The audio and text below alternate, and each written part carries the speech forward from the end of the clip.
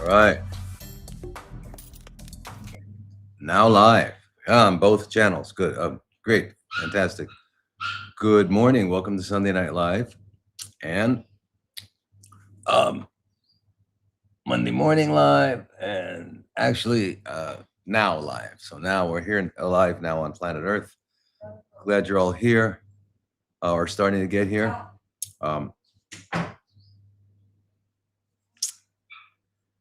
And please talk about macular degeneration.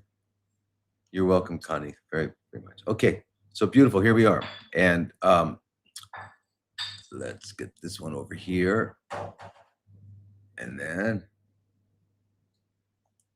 this here.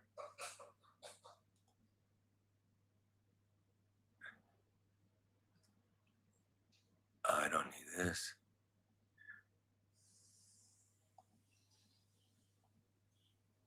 Or this. Or this. Ah, here we are. Okay, good, beautiful. All right, so good morning. I apologize about the dogs here, but I've inherited some dogs for a few days. So please bear with me. They're going to be eating really soon, and they'll hopefully stop barking. Hard to bark while you're eating. Hard to eat while you're barking. Yeah. So anyway, but here we are. Let's just remind everyone what the format is here. So we do this weekly. We have been since 1822, quite a while now. Back when you and I were all still in diapers, but anyway, so The format is of this is that we're gonna take pre-submitted questions for the first hour. In the second hour, we'll take spontaneous uh, uh, questions that arise from the chats here.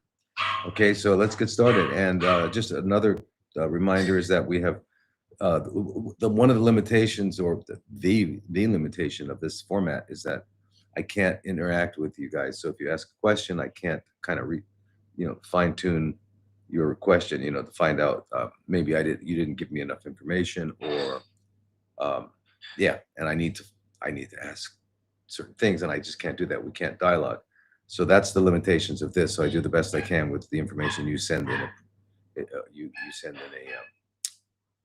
in a pre-submitted question. So this, for that reason, we started a few years ago the three different groups. We have a health and healing group, we have a parasite group, and we have a CFC group. So for any of you who are um,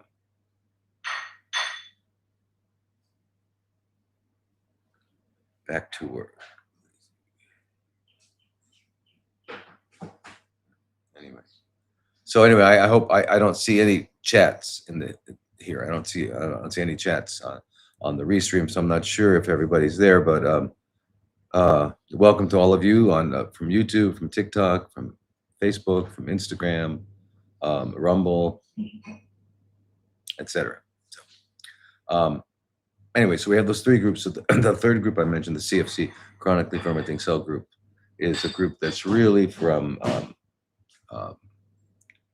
uh, it's really chronically fermenting cells. CFCs are what people ridiculously, stupidly refer to as cancer. Okay, hi there, hi, Hours and Lynn and Kochi.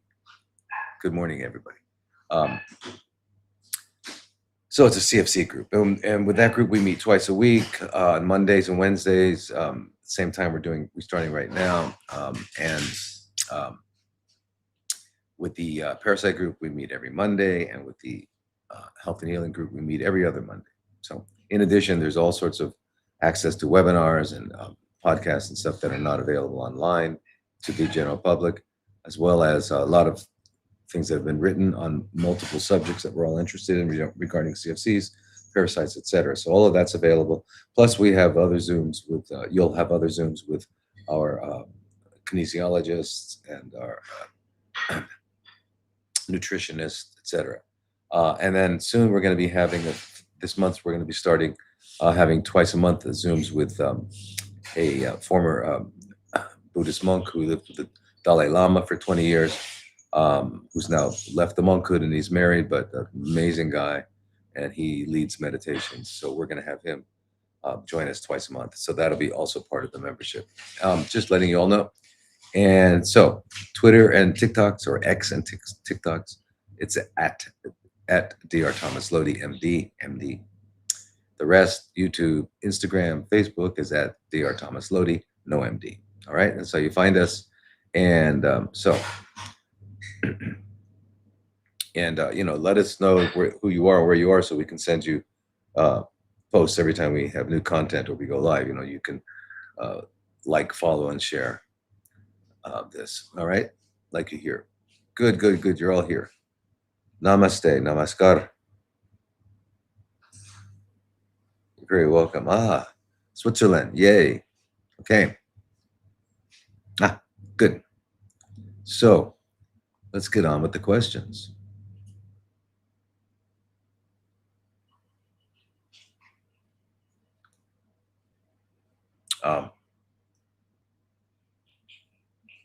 So this first one is from Val, and the topic is hormones. And she's question is, I stopped my Levoxyl thyroid medication and my T4 rose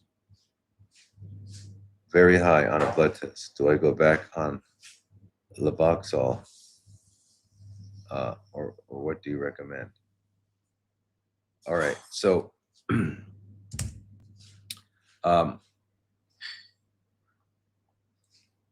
yeah, what I'd like to ask, if I had the opportunity, is a little bit more about your thyroid condition, and Um,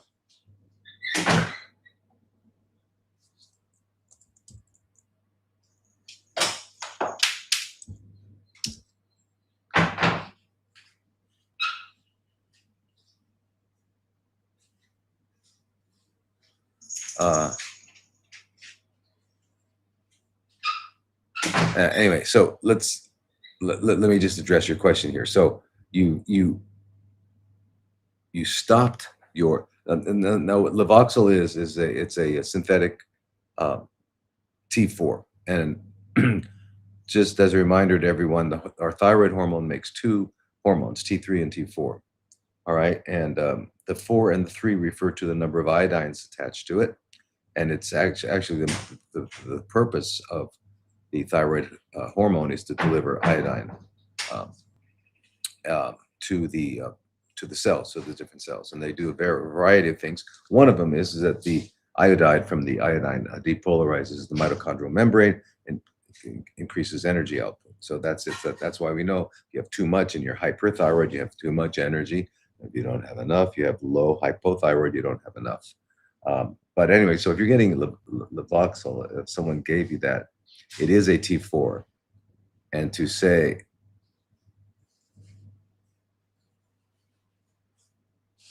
so I think what you're saying, I stopped my Levoxyl and my T4 rose. So you're saying after you stopped it, it rose very high on a blood test, which kind of doesn't make sense since this medication is T4. So by taking it, it would increase your T4 level. If you stop taking it, it should decrease. So I'm not sure what, I know I don't probably have all the information here.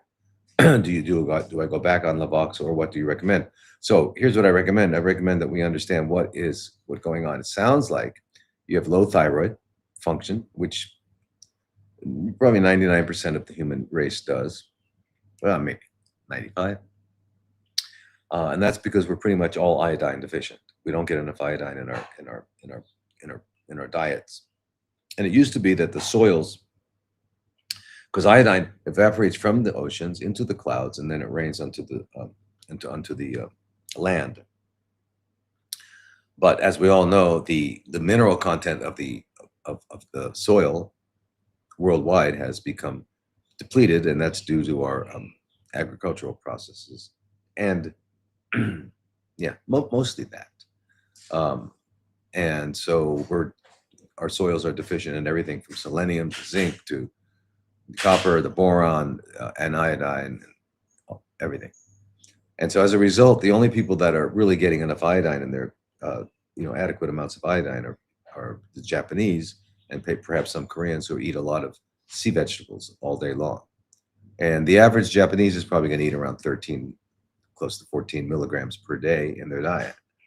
Whereas, the RDA, the recommended daily allowance by the esteemed authorities, the Fraud and Death Association and other such groups, say that the recommended daily allowance is 150 micrograms, okay, like 90 times less so than the average Japanese gets. But as a result, since we're all a little bit deficient, we need to replenish it. So that's the one thing that needs to be done so that we can deal with the absolute root of the problem, the cause of the problem. But while we're doing that, the thyroid function is still low, and that's when we take thyroid medication to keep our thyroid function optimal while we're replenishing the iodine, which takes about 1.5 years to do.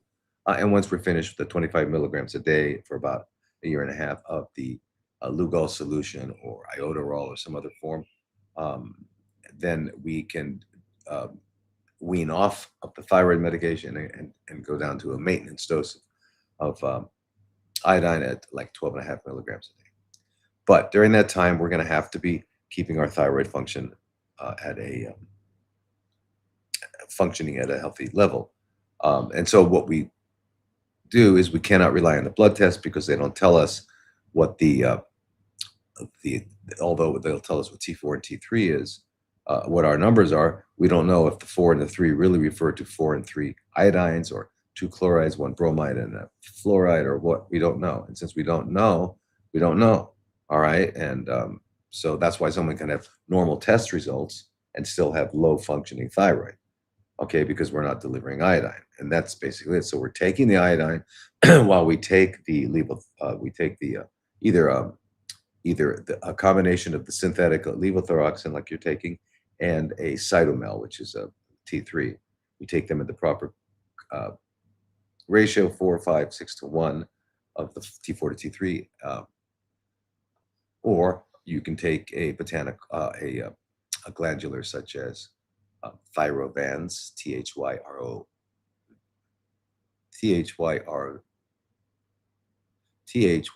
Thyrovanz, which you can get online. Or you can get Armor and Westroid. There are a number of that are available. The Armor and the Westroid come from pigs, and the Thyrovans comes from sheep, cows. And so we take those to keep us euthyroid or healthy functioning thyroid. How do we know? How do we measure? By doing our basal body temperatures, taking our armpit temperature in the morning before we get out of bed for 3 to 5 days in a row. Take the average. If it's less than 36.6 Celsius or 97.8 Fahrenheit, then we know we are low functioning. Okay, that's so. Then we just kind of titrate up till we get that. So that's what I would recommend doing. But I don't understand why you stop taking it into T4 rows. That just doesn't make sense. So that's why it'd be really good, Val, if you join the Health and Healing group. We can meet every other week and discuss that and other situations. All right. Now, what I want to say to everybody is keep in mind that if you currently have a problem with CFCs, active CFCs, I have a clinic in the United States, in Arizona. It's called An Oasis of Healing. We've been there like 21 years now.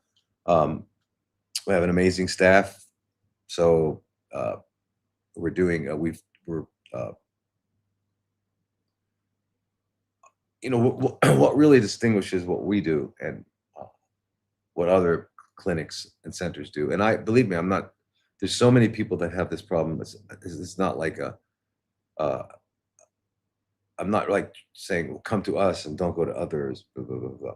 I'm looking for, and I have been looking for decades now, is other centers that do that provide everything that we need to resolve the situation. All right. And that means not only do we do interventions like giving intravenous vitamin C, intravenous ozone, or whatever else we do, but in addition to that, we're balancing the immune system. We're not telling the immune system what to do. We're just making sure the immune system has all of its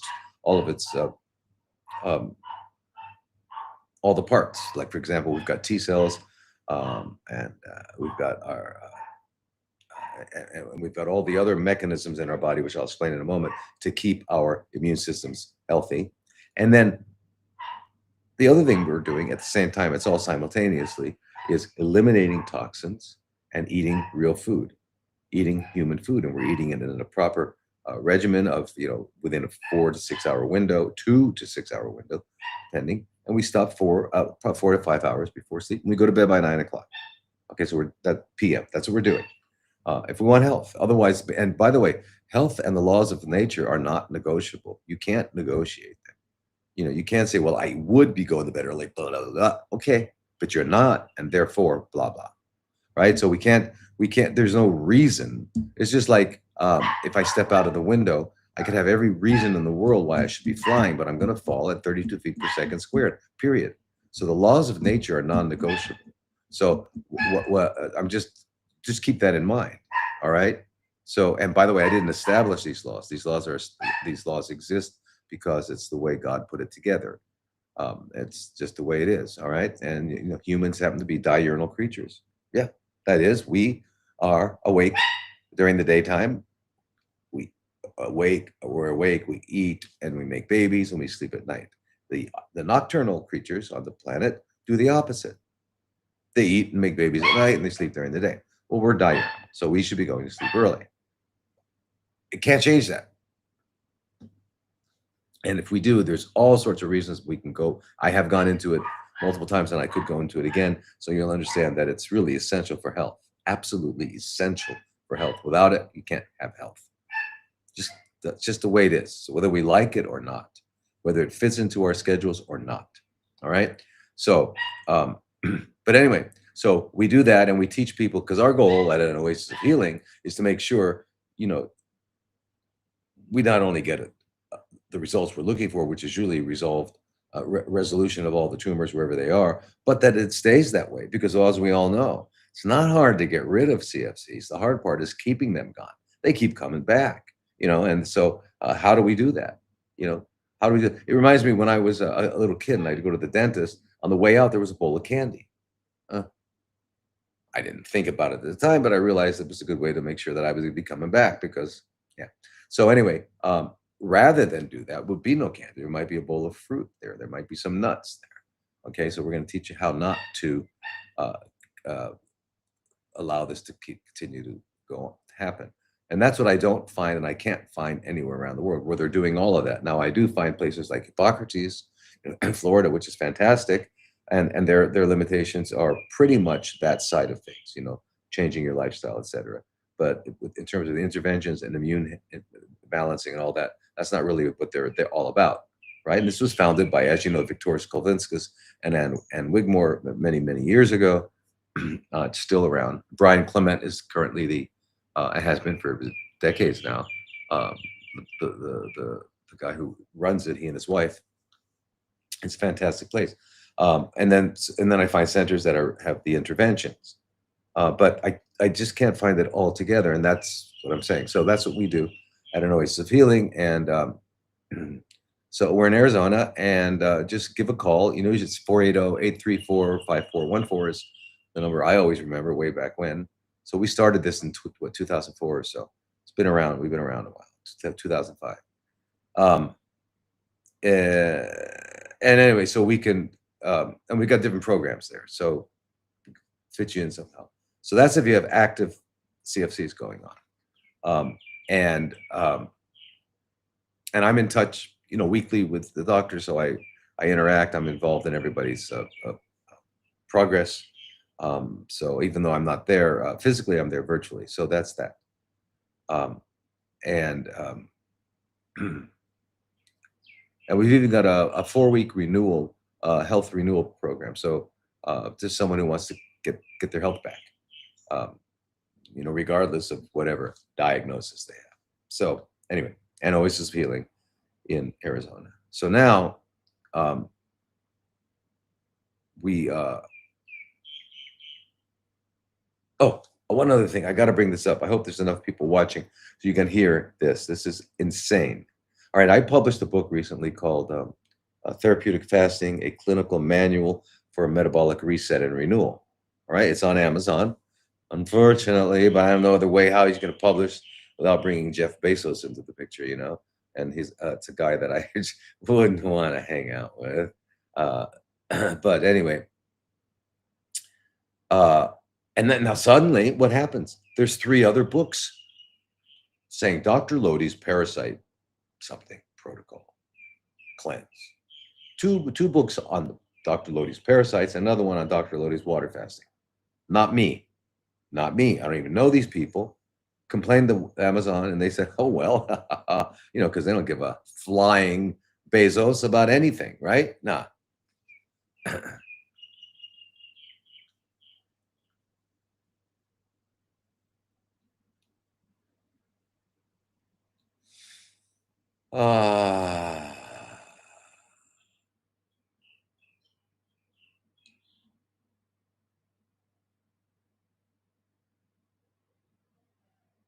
Your account may be violated due to sexual content. Huh? What? Sexual content? I didn't say anything about that. That's crazy. Anyway, so Hammy, find out what that is. I don't know what they're talking about. Anyway,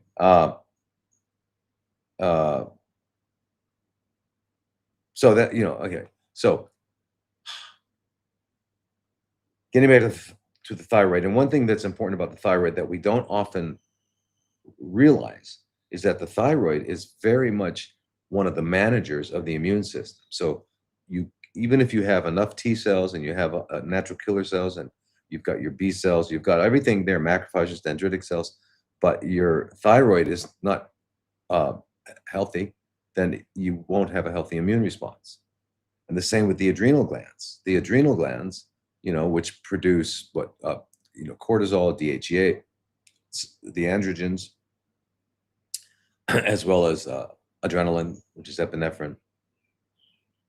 All of those regulate the immune system as well. So you've got to have a healthy adrenals, healthy thyroid, and you've got to be making enough T cells. And then the idea with melatonin, we've had a problem with our melatonin, with our pineal gland. So our pineal gland is probably maybe 10% functional, maybe 20%, because it's been calcified for various reasons and all that. So,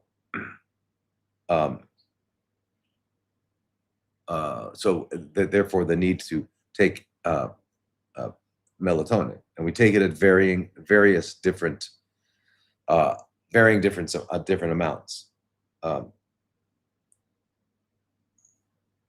So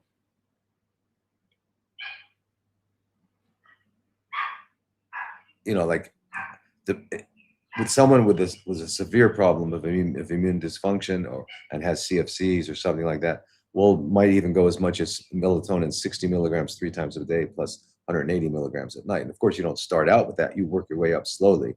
But there are lesser amounts. You might be taking 15 milligrams 3 times a day and 180 at night, whatever. So that's very important. The adrenals are very important. Thyroid is very important. And then if you're 40 or older, your thymus gland, which is below your chest, which is how we get T cells, mature T cells, it shrinks. It starts shrinking from the time we're born. It's the most active the day after we're born, on day 2 of life, day 1 of life. And then it begins to involute. It's called thymic involution. And by the time we're 40, there's like 30% left. And then, of course, by 65, there's really not much left.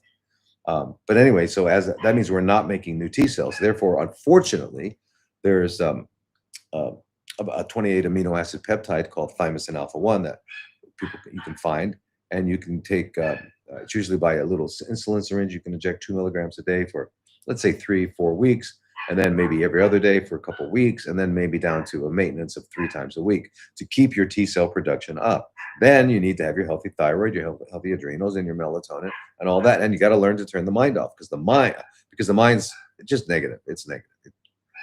80% of human thought is negative. Unfortunately, that's just the way it is, because we grow up with 3 basic instructions from our parents, and they are no, stop, don't, and no, stop, don't. Whatever language, same things. All right. And basically, what is that telling us? That's telling us that, to us, here we are. Imagine, here you are. You haven't learned to speak yet. And the gods of your universe, which are your parents, are saying, so that's you're being, it's considered a rejection, or it's felt like a rejection. And that's really a deep, deep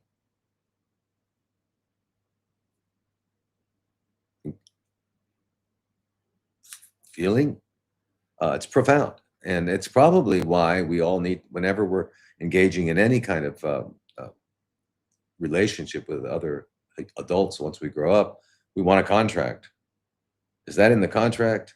Let's have a contract. So we make contracts, and even when we get married, we got to get contracts. I don't like the idea of marriage with a contract, because what you're saying is that, look, I love you, but if this, so we're already introducing the idea of failure. Don't introduce that. That's not, shouldn't be. We shouldn't be getting married, and if we fail, there's, that's a business mind. The business mind is going to look at those things. When we're talking about love, romance, we're talking about, love, one of the most sublime, or perhaps the most sublime aspect of human existence, and we bring it down to a civil contract. We have completely, I actually, as bizarre as it may sound, consider marriage to be immoral in that regard. Not that it shouldn't get together, and if you have a priest or a rabbi or a monk or whatever it is, you want to be there and bless your union, that's beautiful, but don't make it a civil contract. I got a marriage license. You need a license to get married? No, I just have to have a desire, a love, a reason. I need a license. Yeah, I want to get married to you. Are you licensed? Are you a licensed marrier?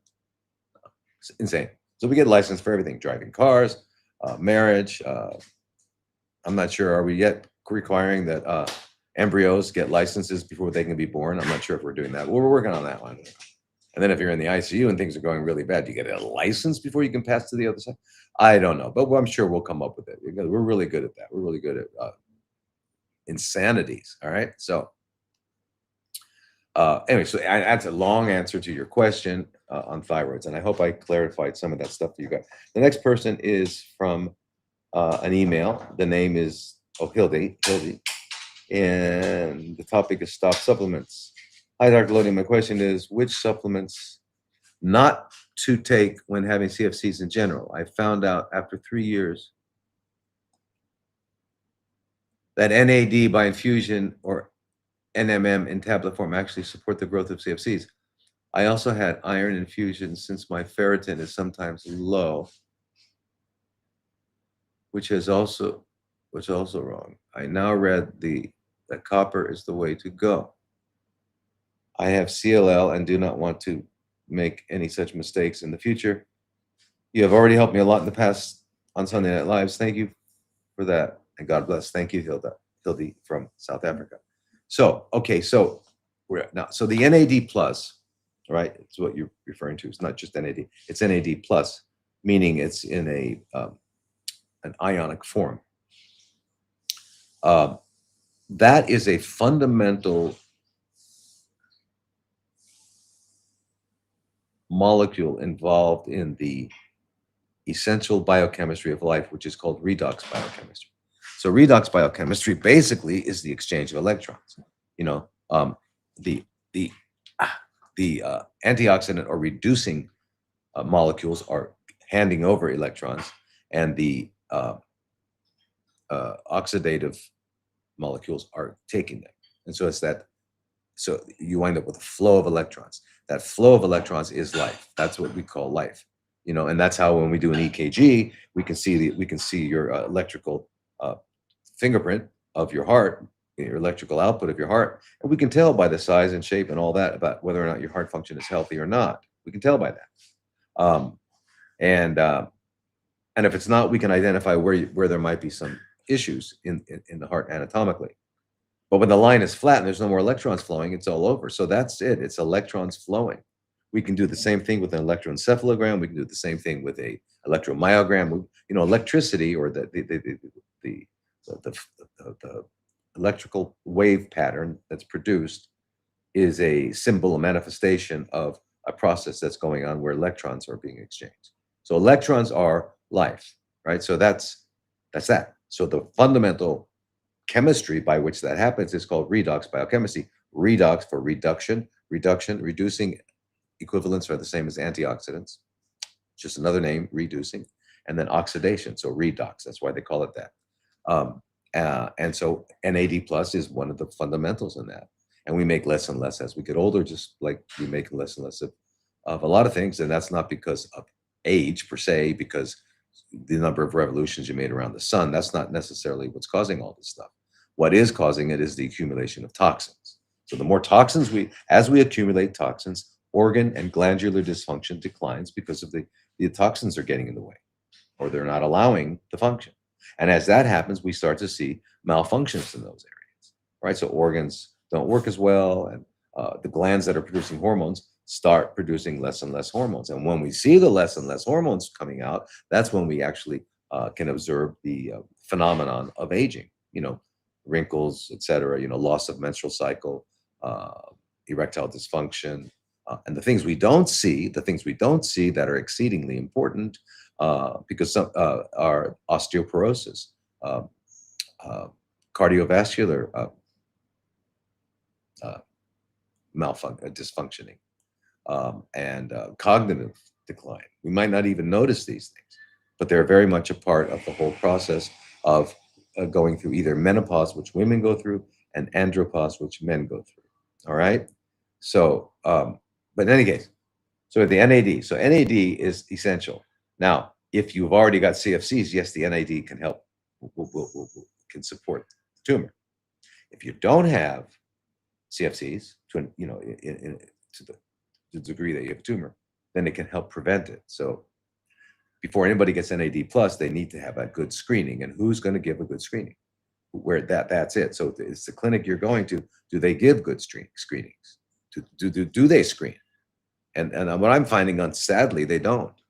But in any case, that's that. Now, the other thing to keep in mind is that NMN, which is a precursor, just like 5-amino-1-MQ, are precursors to. In other words, they provide the raw materials for the body to produce NAD.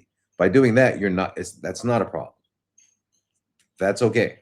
You're just giving raw materials, and it'll be made in the appropriate amounts. So that's not a problem. Okay, please keep that in mind. Now, with regards to iron infusions, as we know, iron is an essential mineral for our red blood cells. Iron is sitting in the middle of this molecule called the porphyrin ring, which is hemoglobin, and because of that chemical structure, it's able to hold all these thousands of oxygen molecules to be delivered to the cells as the blood circulates. So iron's necessary. So if you don't have enough iron, you won't have enough. You won't make enough red blood cells, and you'll have what's called anemia.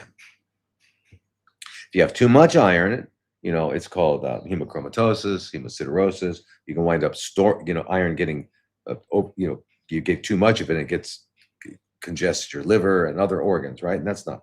So we always need, with every biological, with every nutrient, with everything, including oxygen, we need the amount that we need and nothing more and nothing less. All right? Too much oxygen. You put 100% mask of oxygen on you, and within 2, 3, 4 weeks, you're going to have emphysema. So yeah, oxygen is necessary. You can't live 5 minutes without it, but too much, you can't live either. The same with water. Water is really absolutely essential. But let's say you're drinking 6, 8 quarts a day, you're not going to be around that long. So it's just, in other words, we need the right amount. That's where the whole idea of, I don't know if you've ever heard of orthomolecular medicine. It was a coin. Orthomolecular was a coin that was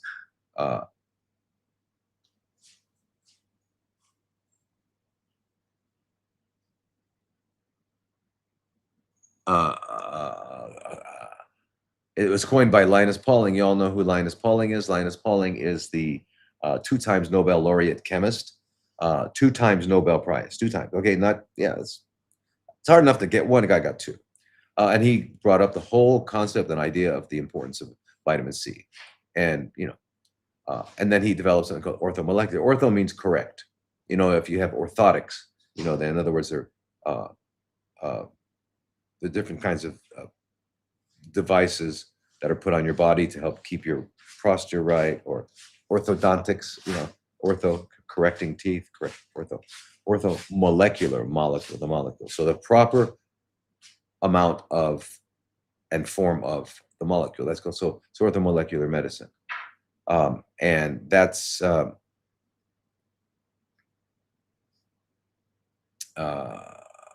me see, where was it? All right, so that with regards to iron. So what I wanted to say was, so iron also, remember, iron is very important. Its utility is that it's very active molecule, but that's why. But you don't want it to get activated anywhere it's not appropriate, because it'll cause damage. So it's very, very well managed by the body, right? It's carried through the blood by a carrier. It's stored by a different kind of carrier.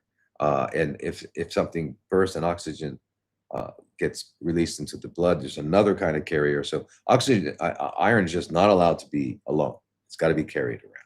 So ferritin, which is the storage form of it, is what you're talking about. You said your ferritin is low. Usually if ferritin is low, usually the main reason why ferritin is low is because there's been a persistent low iron deficiency. So you need iron. But when you get the iron IV, you got to realize that a lot of it's going to go to the CFCs, because they have all these extra receptors to grab iron, because they need iron to grow rapidly.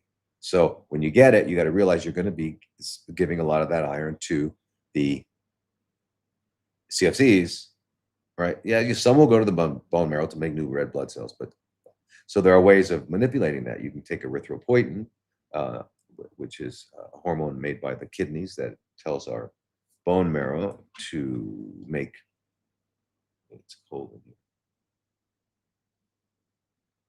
Tells our bone marrow to make new red blood cells. So you can take that before you get the infusion, and that will help direct it in the other way.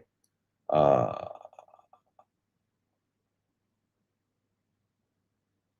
yeah, and then the other one to make sure you get enough orally, and you're if you're drinking blood, so a lot I don't know, a lot of people like to drink Koh Samui, Thailand. Sawadee Kap.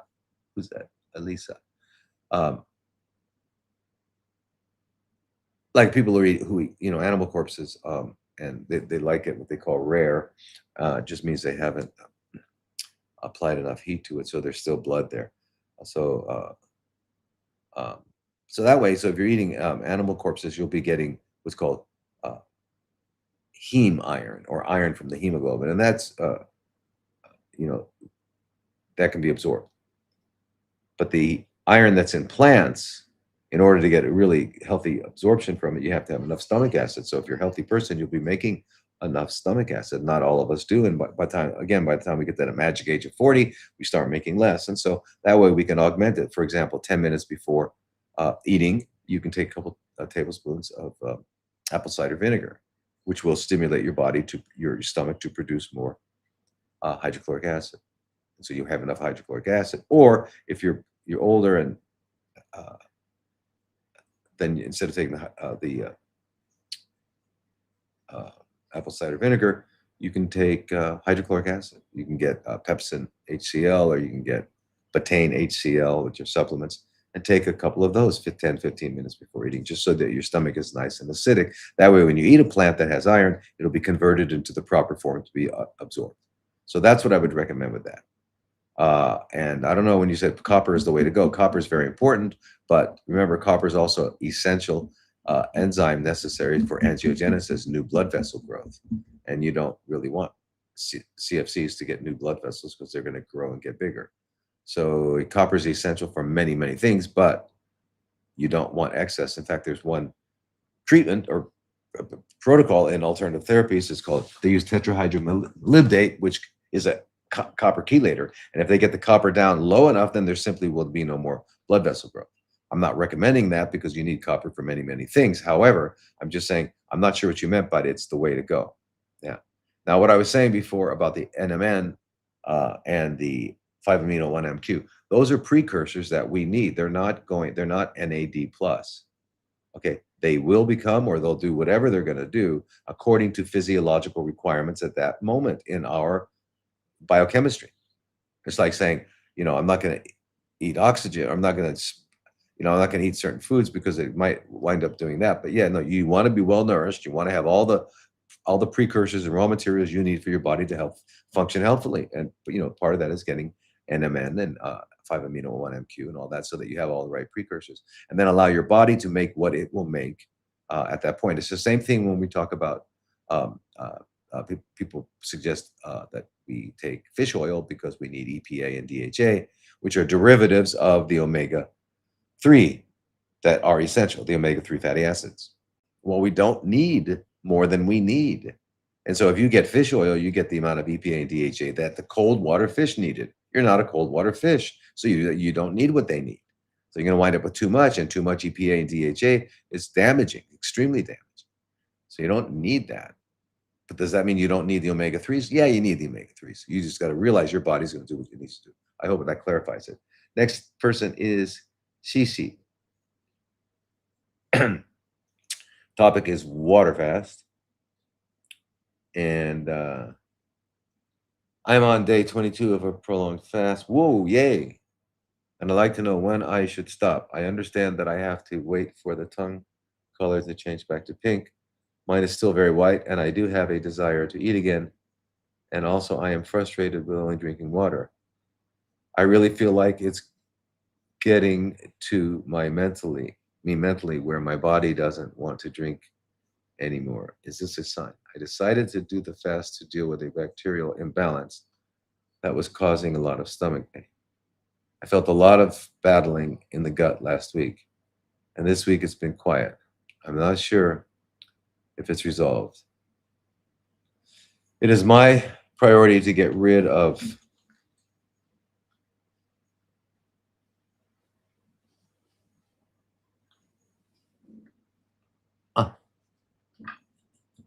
okay. So I'm sorry. It is my priority. Where was I? It is my priority to get rid of this problem, and I'm willing to stick with the fast if that's what I should do. But I did not expect this much mental frustration. Okay, Cici Chichi. I'm not sure how you say your name, um, but um, you have the book. I'm assuming the book that I wrote, Therapeutic Fasting, a clinical manual for metabolic reset and renewal. And in that book, I talk about there it is. Yeah.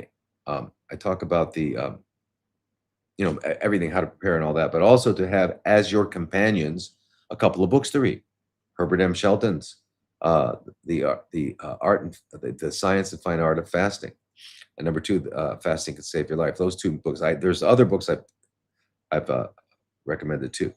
A minimum of those two, and then have others, and be reading them so that you understand what's going on in your, because it is your mindset. If your mind is saying you're done, then you're going to be done. Okay, because there's no reason to. Your tongue's not pink, and the water doesn't taste good. Well, I don't know what kind of water you have, but make sure you've got good healthy water. And remember, let's say you drink 500 cc's in the you know between the time you wake up and like mid morning, and then and then by the end of maybe by 12 or 1, you drink another 500 cc's. That's about a liter. You just slowly sip. You don't chug it. Don't chug it. Just slowly to stay well hydrated. And then in the afternoon, you'll do another 500 cc's till around 3 or so, and then another 500 cc. So that's an easy way to do it, and you don't have to think about it. You've gotten about 2 liters in, which is probably about the most you need. You can get 2.5 liters. You just, but don't drink it quick, and and if it's really the pure water with some minerals in it, and it's mentioned in the book, and you've got these different ways of getting your electrolytes in, and you're measuring your volume and all that, and you're not having a problem with volume in your blood, volume of blood. You're not dehydrated. You know that because you're measuring it, because we have a way of doing that. And you're going to sleep early, but why are you reading these books? Because that is the way to help the mind, because the mind has no particular direction. The mind is like a fish that in the ocean that winds up on the shore. It gets washed up onto the shore. That fish is going to be flipping and flopping all around, busy going nowhere, but very actively going nowhere and all over the place. All right, and that's what our minds are like. They're not going anywhere. They're just, you know, at the whim of the influx of thoughts. And by the way, we don't originate our thoughts, right? We don't decide what to think. Thinking happens. Hearts beat. We don't beat our hearts. Our lungs breathe. We don't breathe our lungs. Our glands secrete. We don't secrete. All right. We don't digest our food. Our food is being digested. And we don't think our thoughts. Our thoughts are there. And what the hell am I thinking? People, yeah, that's it. Right. God, why did I think? In other words, like that. Well, if you knew what I was thinking, because I don't even know what I'm. But anyway, uh, so keep in mind that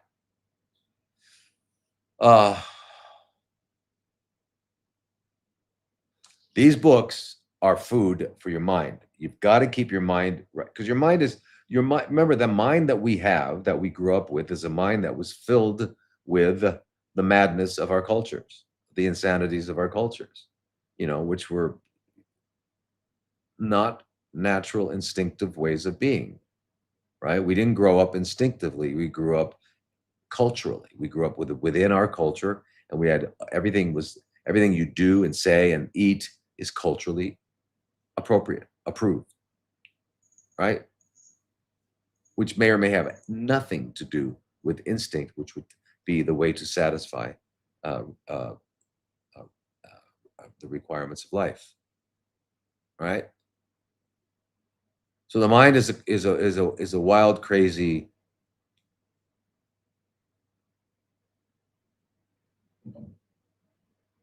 uh, amalgamation of.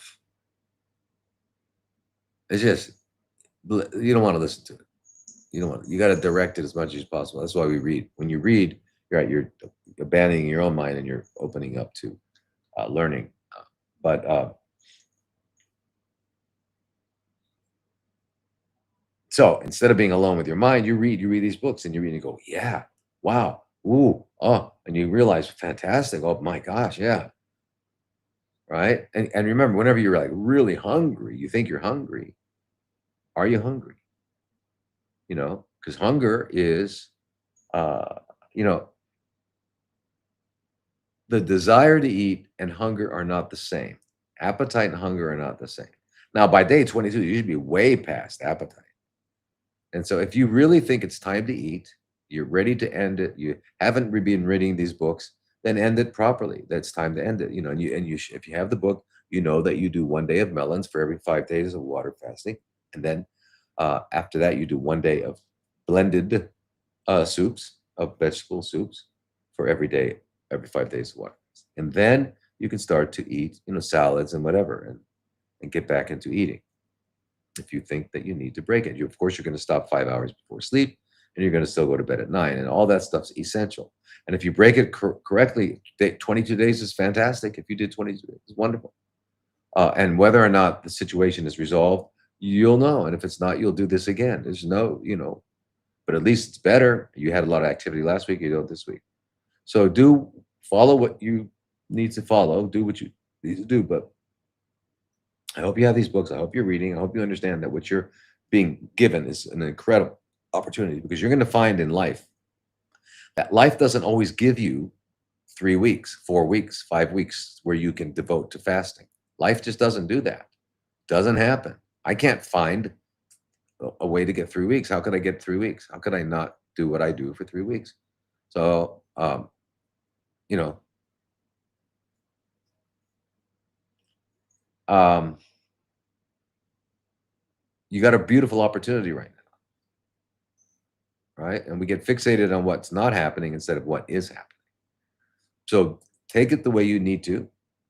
Uh, but congratulations on getting that far. That's fantastic. 22 days.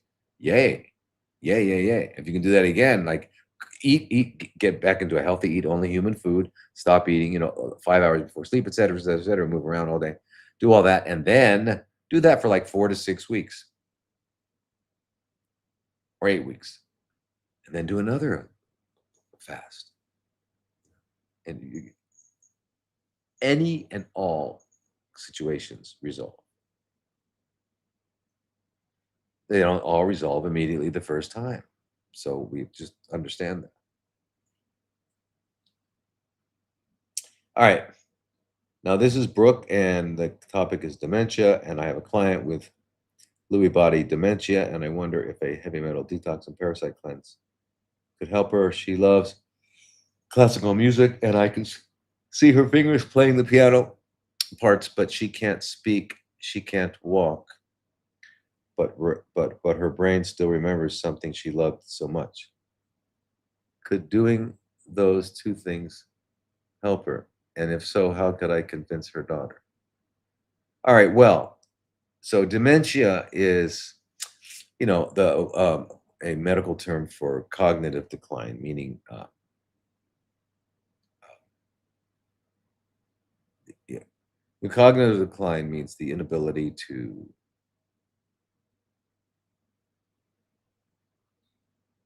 Well, first of all, memory is decreased. What I mean by memory is decreased. Our ability to retrieve memories is slows down. Engaging in what we consider rational thought, which is what we call logical thought, which, by the way, follows the rules of grammar, right? If because we're remember, the scaffolding of our minds is our language, our linguistics. Our linguistics are the scaffolding of our mind, and our perceptions are reality, and our perceptions are our prisons. And so, but anyway, all of this requires, remember, the mind, which is not a physical, not a physical, requires a certain physical apparatus in which to function.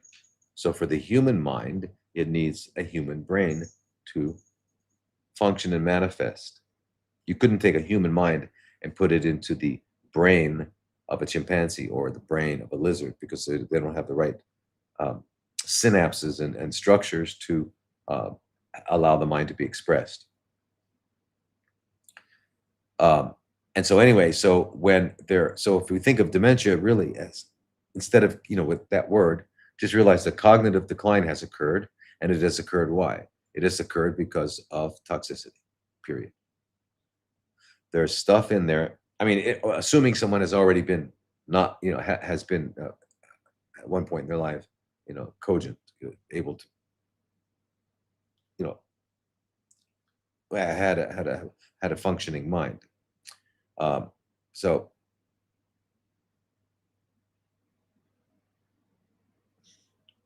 wait a minute. I just real quickly. I'm just glances this one. It says at hours.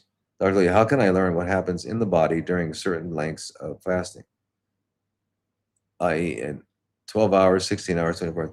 The book, my book. That's exactly what I do. Is I go through every.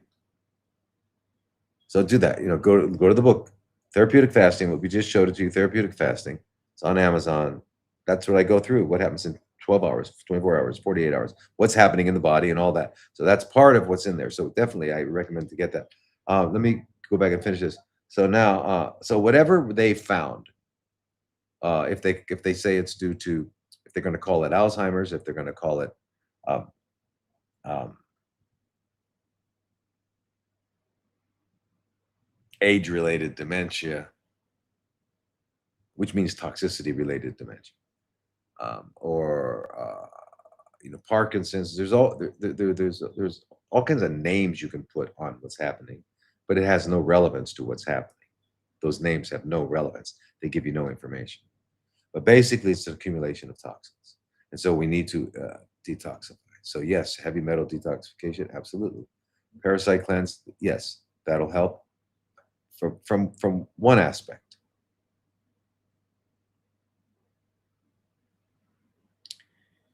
Uh,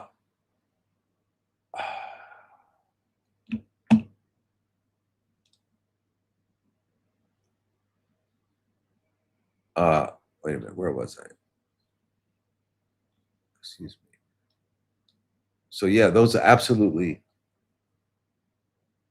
yeah, that, but also a good thorough cleanse. Also, you've got to go to a biological dentist. They've got to go to a biological dentist. If there are missing teeth, extracted teeth, root canals, any of that stuff. Of course, you're going to have problems with cognition.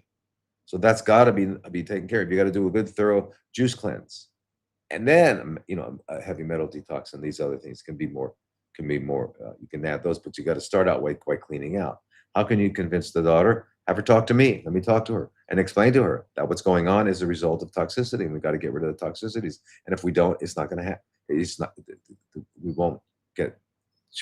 We can't resolve the problem. Okay, please keep that in mind. Um,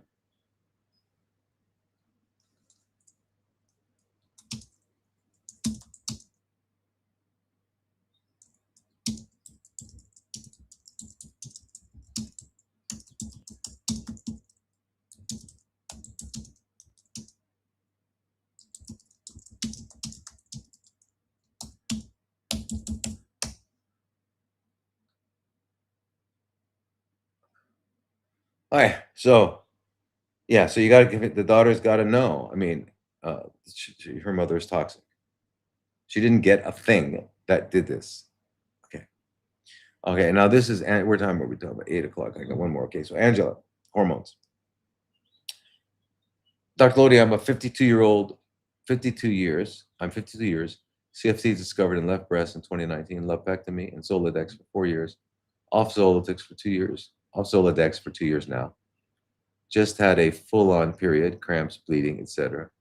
I'm 52 years. My question is, why are my ovaries working again all of a sudden? What should I do about this? Okay, so Angela, here's the thing.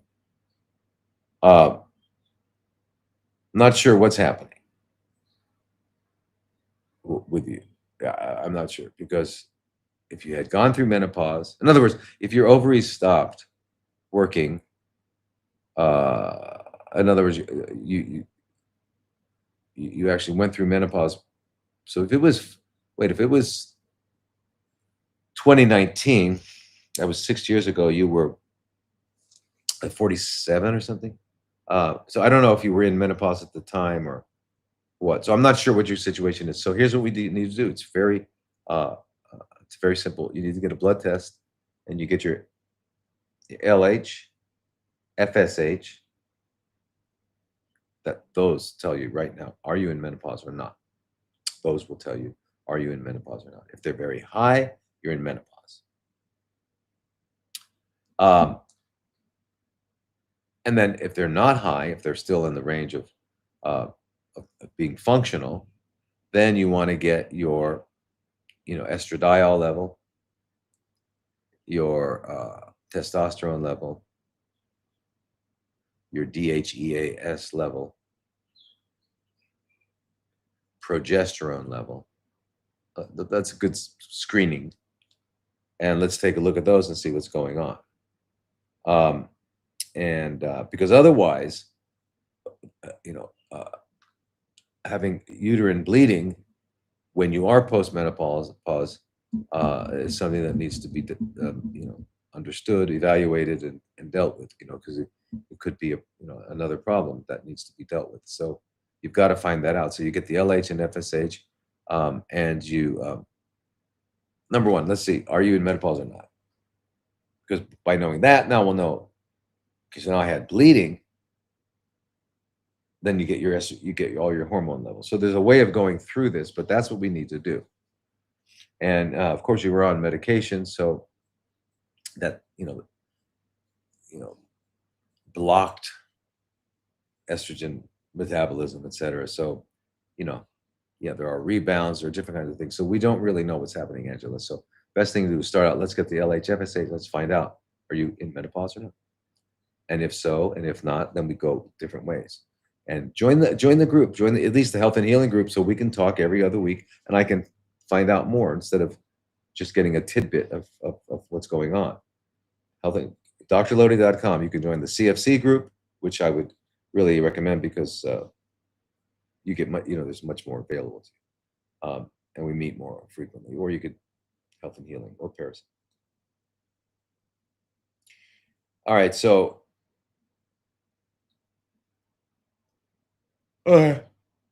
excuse me. There's Lisa, real quick. The iodine. Hello, can iodine make your TSH go up? Yes. Yep. And what does that mean? That means that you need to be making sure that you have enough thyroid while you're taking your iodine, because you need the iodine because you're deficient, but you also need to be euthyroid. And the way you do that is by using your basal body temperatures to titrate up to the amount of thyroid medication you need. All right. So the answer is yes. And if you join our health and healing group, we can get into that. drlodi.com is the email, is the website. And you can join health and healing. You can join any of the groups. But let's keep going with this. We don't just, that's the thing. We don't just want one question answered. If you just want one question answered, you can add chat GPT or Claude or Gemini, I guess. Yeah. But that's not really what we're all looking for. We're looking for understanding. We're not looking for specific answers to specific questions. I mean, yeah, but no. All right. All right. So now we're going to switch over to, it's 8:05.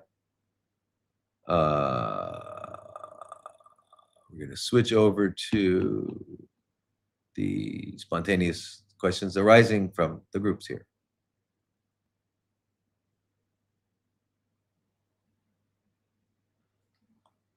Okay, this is from Trina. Hi,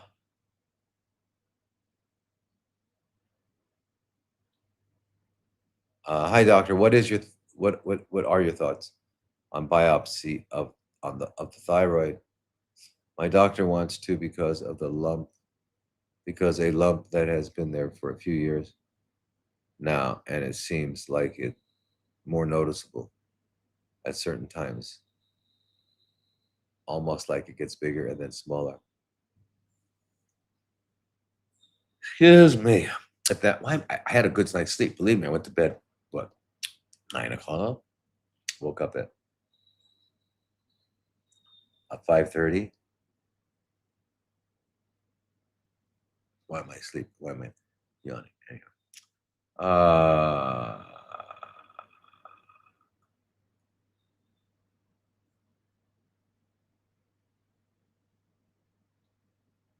all right. Now, okay, so your thyroid lump gets bigger and smaller.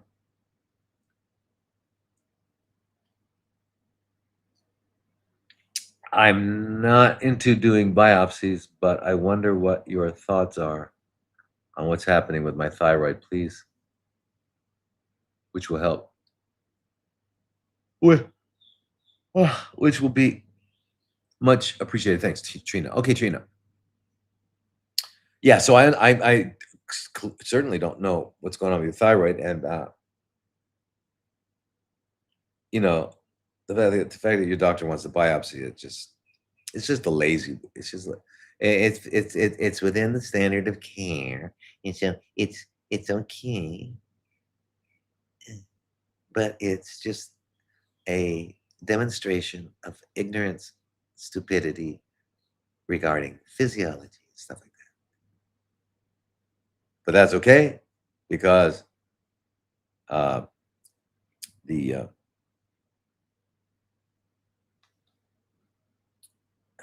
anyway, because he's a doctor. Anyway, um, yeah, I don't have a lot of respect for doctors. So you're not into biopsies? Good. Good. Okay. So here's the thing. That is unusual for thyroid lumps, masses, nodules, whatever, to get bigger and smaller. I mean, in a noticeable way, not over longer periods of time, is not at all anywhere near typical. Um, I mean, it is when people that have breast masses for them to get bigger and smaller with relationship to their menstrual cycle. Yes, but however, keeping in mind that the thyroid and breasts are on the same meridian, your teeth, as stomach, excuse me, pancreas, spleen, they're all on the same meridian. Um, anyway, just keep that in mind. So their activities are linked in many ways. So, um, yeah, no, I mean, okay. So what are they hoping to find now? If it's if they're CFCs don't get bigger and smaller. Just they just don't get bigger and smaller. They either stay the same or get bigger, or they shrink. Uh, but they don't shrink, grow.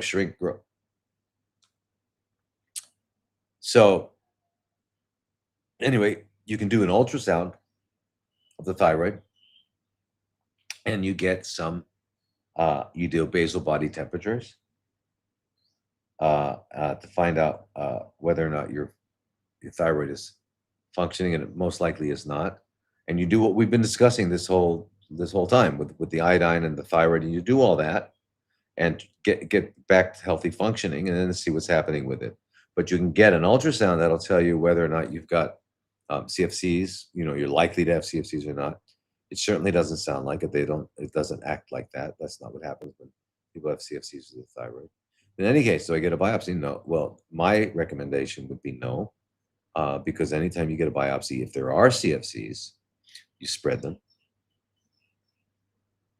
And if there are not, or whatever it is, if there are or not, you're going to cause trauma, physical trauma, putting a hole in it, which means it's going to get all inflamed and try to heal and all that sort of thing. And so it kind of disturbs the whole process and changes the whole process. And it's of no value really, other than getting some description of what's going on at a microscopic level, which they call a diagnosis. But that allows them to decide what you know what treatments according to their, what do you call it, their algorithms that come down from whatever professional society they belong to. So if it's an internal medicine doctor, it's going to be the American College of Physicians. If it's it's clearly not an oncologist. Then there's the American College of Endocrinology. So I'm not sure, but anyway, that's where they get their ideas from. That's where they get and so that's what I would do. I would get an ultrasound and find out your thyroid functioning with your basal body temperatures and all that sort of thing. Get started on the protocol with the iodines. Let's make sure that we've got thyroid function. The thyroid is adequately functioning, whether or not we have to intervene to assist or not. Okay. But get an ultrasound, get some kind of, if there's a concern. Now, one thing to keep in mind is that usually if you've got tumors happening, they're not going to just be there for years without doing something. They're usually, more active than that. They don't wax and wane, and it's just not typical of that. So really, I don't know what's going on. I wish you would join our health and healing group. Go to drlodi.com, join health and healing. It's that's it. All right. So that way we can kind of,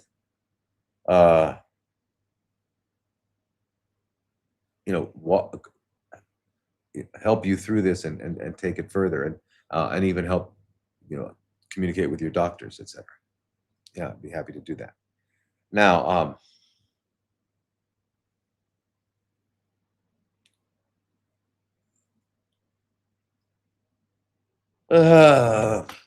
excuse me. There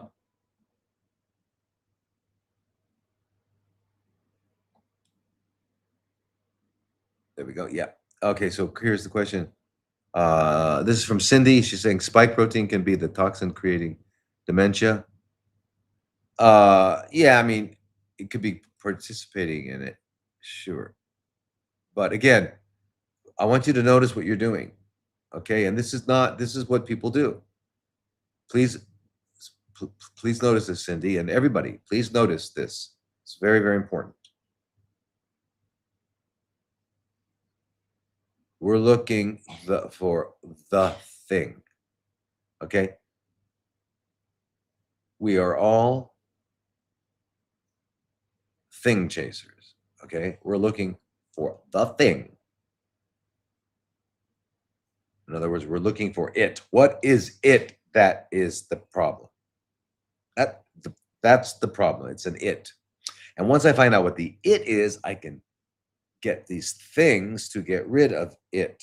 That is the mentality.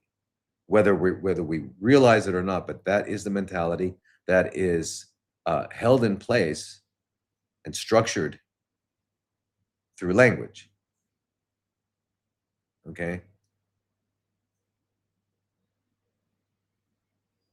Because the question was, can spike protein be the toxin creating the dementia? Spike protein can be contributing to all kinds of problems, including problems with the brain and cognitive function. Yes. Yes. But again, rather than looking for the thing, because if we found the thing, we're always looking for that. We've got to remember that we live in a thingless universe, everyone. You remember that, right? There are no things in the universe. There's not one thing in the universe. Well, there's only one. Anyway, there's not one thing that's separate from everything else. It's the thing. Because what do we know? What do we know? Because we're sophisticated now, up here in the 21st century. We're sophisticated. What do we have going on in our bodies? I mean, what do we have going on in our bodies? What do we have going on in the universe? What is reality? Reality is, as far as we can tell, frequencies. We know that. And we know that even if you're a hardcore chemist, right? Chemists, right? How do they know when they see a distant star out there that it's made of 30% of helium, 20%, whatever? How do they know that? By the frequency. Okay, because every element from hydrogen, all of the elements, carbon, oxygen, hydrogen, they all have a specific frequency. So we can measure the frequencies and know what that is. So there is no thing, there are frequencies.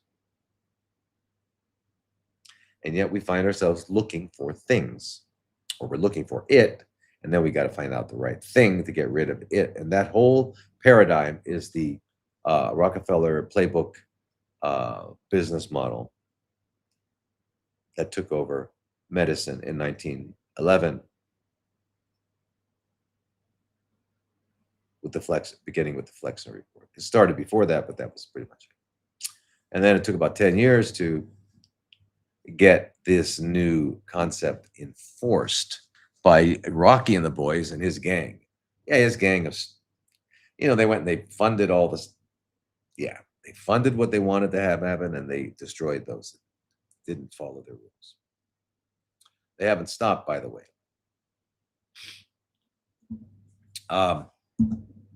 So yes, it could be contributing, and if that is what happened, if this person, Cindy, was exposed to any kind of injections that could possibly result in the spike proteins, then yeah, that's definitely consideration. But there's an overall. Remember, that doesn't mean that we don't okay. If that's contributing, yes, okay. So is everything else. Person still needs to do biological dentistry, still needs to do the cleansing, colonics, everything. Go to sleep early, eat right. All those things still have to happen, right? And then and plus we can take some extra steps to deal specifically with spike protein. We know nattokinase, bromelain, and there are I always refer people to Dr. Peter McCulloch's protocol, but that's it. Yeah. So yes, okay, it can, and it's very likely that it is if the person was exposed to any of those injections. And then, but there are other things that were in those injections that we don't know, that we haven't, that are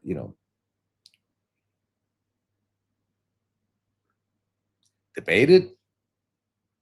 There's other things, self-assembling nanoparticles, all sorts of stuff going on in there. So yeah, all of that can, and probably if the person had the injections, is contributing. But still, we do all the things we're talking about, plus, the nattokinase, the bromelain, and the other thing. And we're still, there's a lot of, if you're all kind of up to date on what's going on, you all know that we're looking for other ways of dealing with the other elements that may be in these injections, right? And interestingly enough, we're finding out that Faraday protection, because there's some electromagnetic frequencies involved. So it's a very, very complicated issue. But let's get cleansing, biological dentistry. Let's do that whole thing, Cindy. And the, nattokinase, etc. Okay, and join the group so we can talk. Okay, because I want to. There's some other questions I have. Okay. Oops, what happened?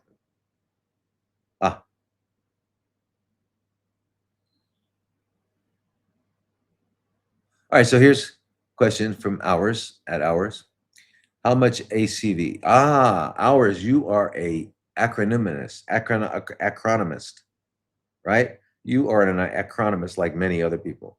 What do I mean by acronymist? You like acronyms. Now, if we hadn't just talked about it, I wouldn't know that ACV means apple cider vinegar. So I'm just saying to everybody, we can just say words.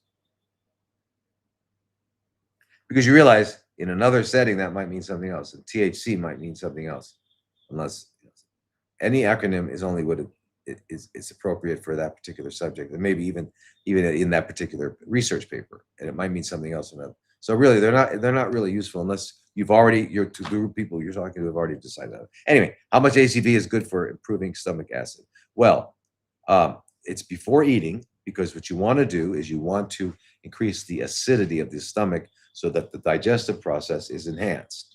So what happens with apple cider vinegar is that it stimulates the vagus nerve, which is the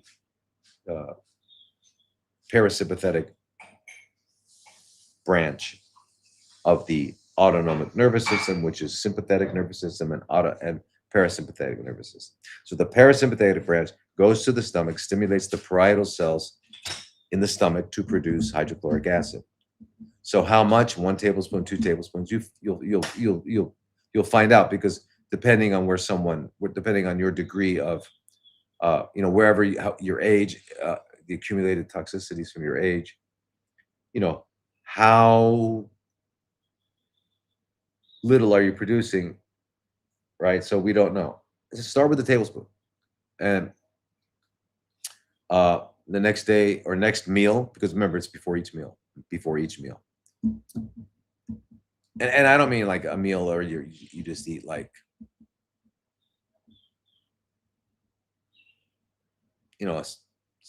just like a little snack. I mean a meal. Okay. Yeah, and remember, if that's not working, if someone's older, they've been, they're, let's say, 60s, 70s, 80s, then they might need, rather than the apple cider vinegar might not be enough, because they might need to just take the HCl. You can get betaine HCl over the counter. Take a couple of that, because that's just putting the hydrochloric acid right in the stomach, and that works very nicely. Okay. Next question from Christina: can you break the fast with fresh juice? Yeah. Sure.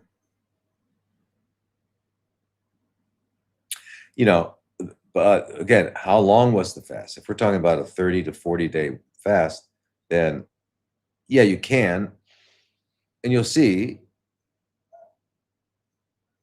And what are the juices, if you're talking about the standard kind of juice, the celery, cucumber, kale, spinach, lemon, and apple. Yeah. Yeah. But if it's a really prolonged fast, it's better to, it's more physiological to try to eat some melon, because the melon is the most digestible, at least for a day, if you had a prolonged, at least for a day or two, and then get into the juices. Or you can go right into the juices, try it. But you just don't want, one of the concerns with juicing is if you got enough glucose in there, if you got a lot of apple or something, and you drink a lot of it, you can cause a problem. That's what you don't want to do. You don't want a big carb load into a fasting, a physiology that has been fasting, because that's where you can get the problems of, electrical, like rapid electrolyte shifts and cardiac problems. So, and the thing, you say, and then you would say, well, melons are sweet. Yeah, they're sweet, but they're so diluted. I mean, watermelon and cantaloupe are like, what, I don't know, 98% water. I mean, it's just mostly water. And it's not enough to cause that. I mean, unless you eat the whole watermelon, you're not going to do that, because you're just not going to do that. And you can't accommodate it. You can't eat that much anyway. But anyway, so, just be very respectful of your refeeding. But yeah, you could try it, but as long as I would, maybe use green apple, and don't do a lot. Anyway, sure, try it.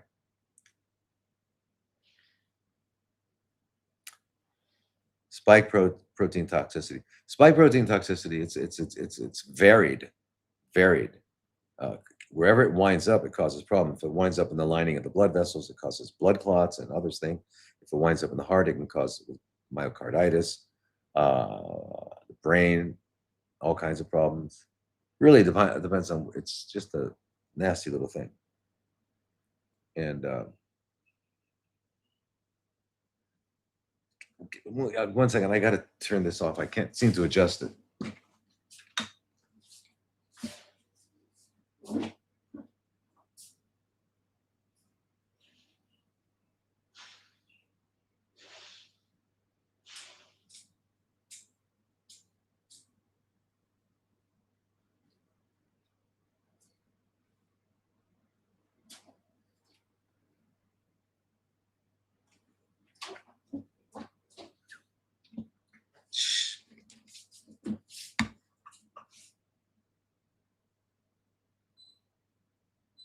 I don't know.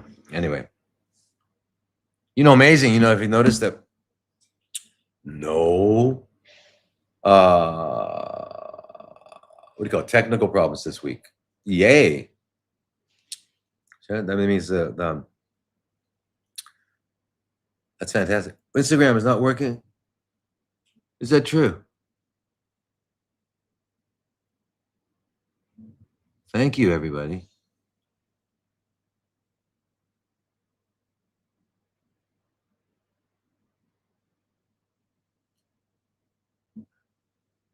Wow, thank you.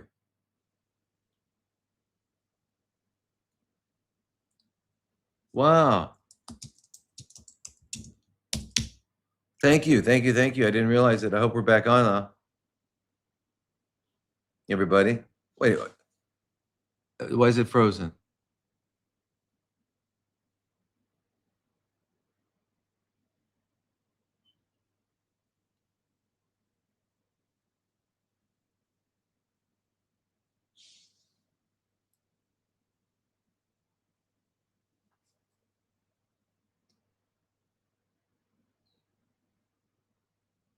All right, so it's working now again, right? Instagram is working again. I'm sorry, I didn't know that. Thank you so much for letting me know. Are you all back on? We're telling your follower, okay, that you started a live video. All right, cool. So sorry, I didn't know that. Please, thank you for telling me. Well, that's crazy. Um,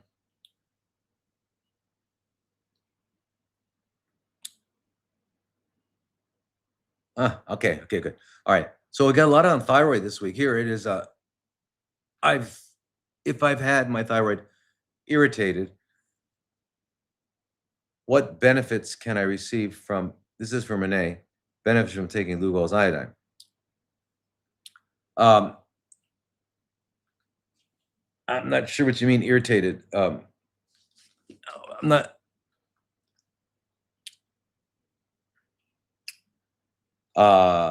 your thyroid's been irritated. You mean it's been traumatized or what? I'm not sure what's happened, but uh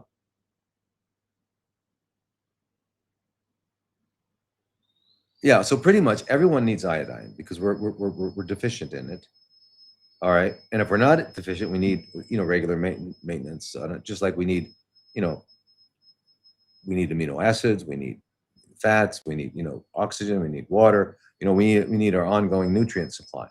And so there's a maintenance amount of iodine. And so unless we're eating like lots of, seaweed, a lot, then we need it. So you do need iodine for thyroid function, absolutely. But we need to look at all the other things we've been talking about, and you've been looking at that. So yeah, but I'm not sure what you mean by irritated. But if you joined the health and healing group, we could talk about it. I could say, look, what about this? What about that? Okay, so please join so we can do that. All of you, at least join that or join the CFC group and all that. And remember, if you have active CFCs right now and you're in the U.S. or close to the U.S., and Oasis of Healing is we've been there. We're going to stay there until around the 12th of never. Yeah, we're going to stay there unless we get blown up. Then we'll just have to move. Okay. All right. Now, Instagram is working again. Yay. Wow. Okay. So here, let me look here. Hey, wait, come on. Get over here. Get out of here.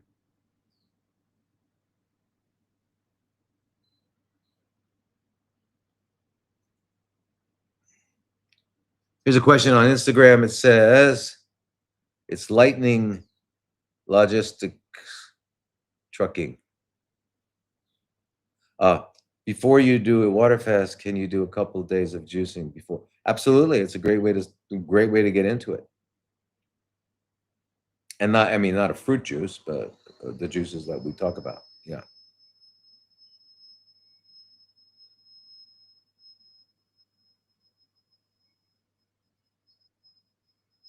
Um,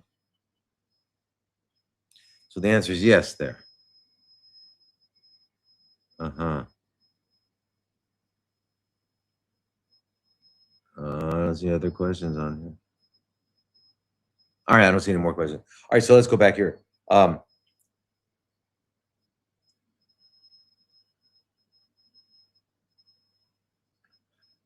right, so here's some from Suzanne. Suffering hot flashes since I was 50 years old. Well, yeah, okay, so that's usually one what happens with estrogen deficiency that comes about through menopause, and to reestablish the a healthy estrogen, progesterone, testosterone, all the levels of all the hormones. You can begin on biologically identical hormones. Have someone who knows what they're doing work that out for you, but it's very, very important to do that because remember, as we discussed previously, it's not just the obvious, it's the obvious uh, manifestations such as loss of menstrual cycle, etc., but hot flashes, and then there's osteoporosis, cognitive, cardiac. There's all kinds of situations that we want to um, don't really want to happen, right? So that's how we can take care of it. So definitely need to do that. I would definitely recommend doing that. Get it with someone who knows what they're doing, and it's got to be biologically identical, plant based, usually topical, applied topically to in the skin, and the progesterone can be taken orally. Uh, Now, this is from Mona. What do you think about monoclonal antibody rituximab for non-Hodgkin's lymphoma to help with the swollen lymph nodes and possibly cure NHL? Okay, non-Hodgkin's lymphoma. Okay, so Mona, non-Hodgkin's lymphoma, Hodgkin's lymphoma, acute myelocytic leukemia, ovarian, all of these things are names they put on processes. Okay, so now the criteria for them to call it a non-Hodgkin's lymphoma means that on biopsy, they find certain they look at the biopsy, they look at under a microscope and they look at the microscopic anatomy. And if they see Reed Sternberg cells, then they say, aha, this is Hodgkin's. That's it. But it doesn't mean anything, then that's what they call it. That being said, non-Hodgkin's lymphomas and some Hodgkin's lymphomas respond. In other words, the manifestation of the condition responds to rituximab, which is a monoclonal antibody. And yes, it can, and we've used it for years. When we do IPT with non-Hodgkin's, we definitely always use rituximab. So yeah, and sometimes you can just use rituximab. However, in terms of cure, you're looking at cure. In other words, cure means cure would mean, if it had a meaning, that you have eliminated the situation completely. And the situation was not due to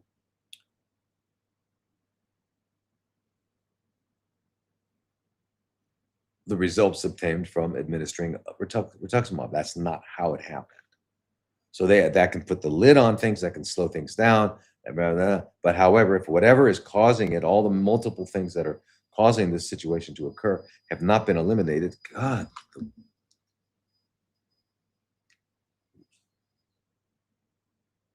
If I were Thai, I wouldn't have. I would have grown up in this, and I'd be used to the different, to being hot all the time. I probably wouldn't even use an air conditioner. But I've only been here 14 years, so I'm not quite adjusted. So I get hot, cold, hot, cold. So again, rituximab is very good for keeping things down and stop growing and all that. But while you're doing what is necessary, which is everything we talk about, from biological dentistry to cleansing to meditation, balancing hormones, all of those stuff, all of that, sleeping early, eating right, all of that, and the rituximab will help during that period of time. But it's not going to, as you said, cure. There's no such thing as cure. There we go. Yeah. Anyway, yeah. So here we are. Now, this Lisa, is it safe to take spirulina even though it's loaded with glutathione and iron with active CFCs? Yeah. Okay. So again, but good point here, Lisa, and everyone is. I'm gonna shut this shit.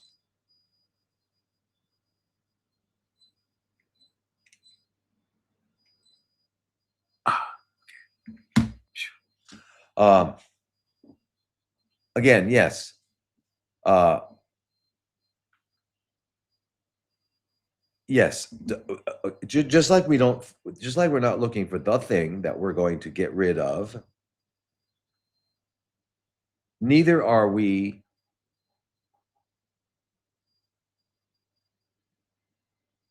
going to allow any ideas we have about cause and effect prevent us from being well nourished. We got to be well nourished. And yes, being well nourished is essential for health. So if I were going to not be well nourished because I didn't want to, so in other words, to give you an example, we know that glucose is, it's the basis of PET scans because we know that CFCs have, because they have a metabolism called aerobic glycolysis, they use like 19 times more glucose. So they have a high activity. So, so that's what it is. So we do a PET scan and we can see all that activity. So that means you shouldn't have glucose. You need glucose. Without glucose, you're not alive. You got to have glucose, and glucose is in everything. And you're not going to, even if you did a water fast, you're going to still have normal glucose because your body is going to make glucose whether or not you.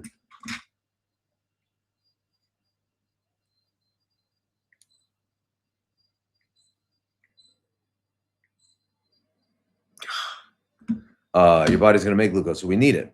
We need it for many reasons. We need it for fuel, and we need it for to provide the carbon backbone for biosynthesis, everything. Just like we need glutamine. We're not going to do excesses of anything, but we're going to, if any of those elements are in something we need to be nourished, then we don't then we stick. Our goal is to be nourished, and understand that if you have the right amounts of everything, that's healthy functioning. The imbalances that occur that result in that require our body to adapt, which they then call a disease, those physiological adaptations, uh, are due to either deficiencies of something, excesses of something, or toxicities and or. So that combination of things uh, results in an imbalance where the body needs to adapt to stay functional, homeostasis. So bottom line, get rid of, just keep this in mind, it's very, very clear. Eliminate all possible toxins the best you can, starting with biological dentistry and all the way down through the body, juicing, etc. And doing your proper fasting, cleansing, all that. And then when you eat only human food, which is going to provide the substances that you need for healthy functioning, and not things that you don't need. So that would be eating real food. So real food is going to give you what you need, not what you don't need. And in that is going to be, within those nutrients are going to be all the things that, if taken alone and given in large amounts, are going to cause problems. I need water, but I don't need too much. So keep that in mind. Yes, clean, sleep early, do all the things we talk about, eat healthy, and don't think about whether this is there or there. That's all you need to do. You're not going to be taking excesses. You're going to be avoiding toxins, and you're going to be continually doing cleansing programs. Okay, instead of, because then that we can get we can get kind of stuck in that. So spirulina, fantastic, fantastic.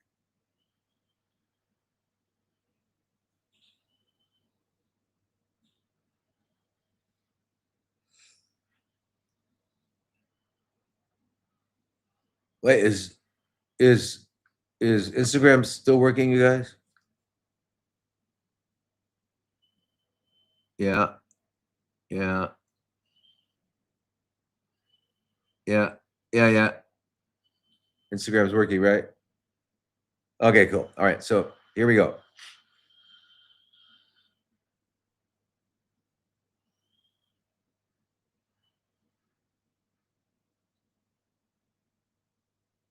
Great, Trina. Beautiful. Hi, SE, Iowa. Southeast Iowa. Yay.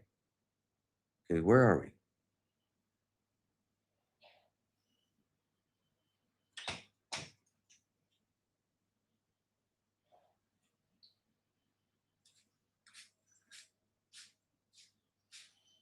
All right, all right. All right. So here's Happy Dela Cruz. Hi, doc. I had thyroid problems 2 years ago. The doctor and the specialist gave me meds, didn't take a single tablet. My naturopath told me to take 3 drops of iodine and water every night before bed, and together with my es- esclarescence, esclar- esclarescence oil on my neck.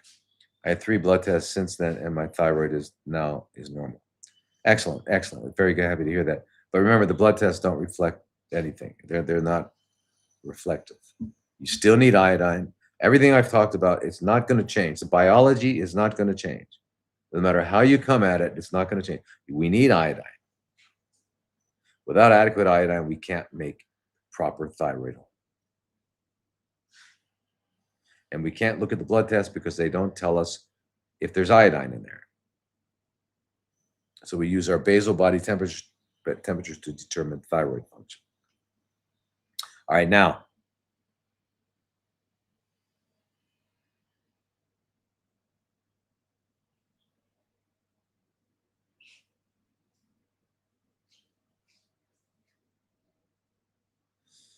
All right, so here's from Maha Kubes. Hi, could I please ask what one can do when the lymphatic system is inflamed, infected in the infected in my throat, almost closed my throat.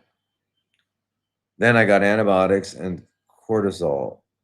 It was better, but my lungs that were affected with a cold, I coughed all out, inclusive blood or tissue. The cough is better, but I still sweat every day. Once a day. Cough once or twice a day. This is since 1 month and 2 weeks. What would you do with the lymphatic system to clean it? All right. Well, okay. Uh, so I'm not. So you said your lymphatic system was inflamed, and your throat closed up. So there's a lot of unanswered questions. You got to.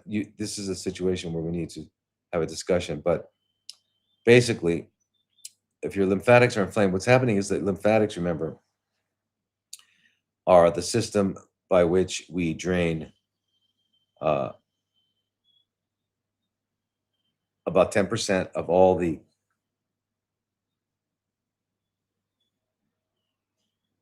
10% of all the drainage is coming from all the tissues of our body, and they go through the lymphatics, and that's how the immune system determines whether or not there's a problem that requires an immune response. So that's what's happening. So if it's very active, then it's it's it's it's what's coming through the lymphatics. It's picking up some from one or more places in the body, um, signals that an immune response is necessary. So I'm not sure what you mean by inflamed, but what do you, and you've coughed up blood and all that. So you need to really have this evaluated. You need to find out what's going on. Because coughing up blood is a serious situation potentially. And but the fact that you're sweating once a day, sweating again is basically part of the immune response. So something's going on that you really need to uncover and discover and evaluate and deal with. But whatever it is, you're going to start with cleansing. You're going to start with your biological dentistry, all the things that we talk about. You've got to be doing that. In terms of lymphatics, there's electrolymphatic therapy by a certified lymphatic therapist. There's manual lymphatics, very, very good. There's movement, being active throughout the day. Again, belly laughing, deep breathing, all of that is going to keep your lymphatics flowing, a rebounder. So you need to keep lymphatics flowing regardless. So those are the ways. A certified lymphatic therapist with manual and ELT, electrolymphatic therapy, as well as being active and moving around, and squats, air squats, movement, running, biking, everything, just moving around is going to keep lymphatics flowing. And yes, you want to keep them going.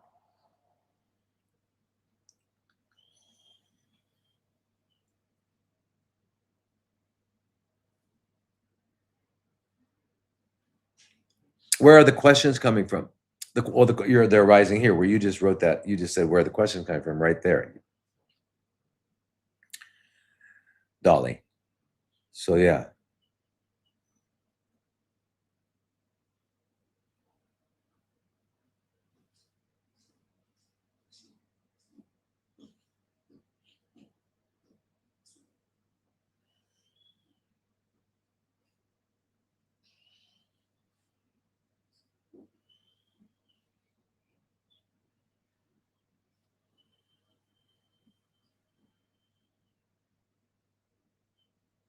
Okay, so here's Christian. Christian saying, how do you treat long COVID, mast cell activation syndrome, and postural orthostatic tachycardia syndrome? I was not vaccinated. All right, so a lot of what you're describing is and can be attributed to exposure to 5G, 6G, and whatever G's they have going on. And so there's, the long COVID, short. These are names they put on stuff. There's no COVID, so there couldn't have been a longer short. So it's just, but whatever is happening is probably electromagnetic frequencies, right? Again, Christian, you're going to have to be really healthy, because this orthostatic and postural orthostatic tachycardia usually means that you're dehydrated. If you stand up and your heart's beats faster, to where it's tachycardia, it's inappropriate. Like normally you stand up, your heart is going to be faster, but it's unnoticeable. But if you stand up and it's going like that, that means you just don't have enough blood volume. You're dehydrated.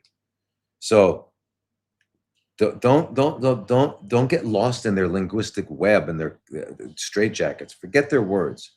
Just going to get healthy. Our goal is just to restore balance, physiology, and health. And that is, we clean out stuff. We clean out all the toxins, excesses, and all that stuff, and then we ingest nothing but real food. Real food.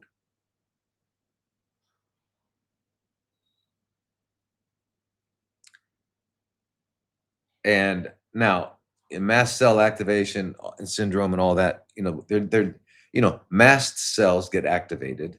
To call it a syndrome means, I don't know what that means. You have to understand, they put these words on it as if now it's a thing. It's not a thing. What is activating mast cells? All right. So in other words, instead of looking for this thing and that thing, just restore health, get rid of toxins, go to sleep early, do all the things that are required for healthy physiology. And these names will be unnecessary to attempt to apply them to what's going on with us. I know I must be pretty boring to most of you, because I keep saying the same thing, but there's nothing else to say.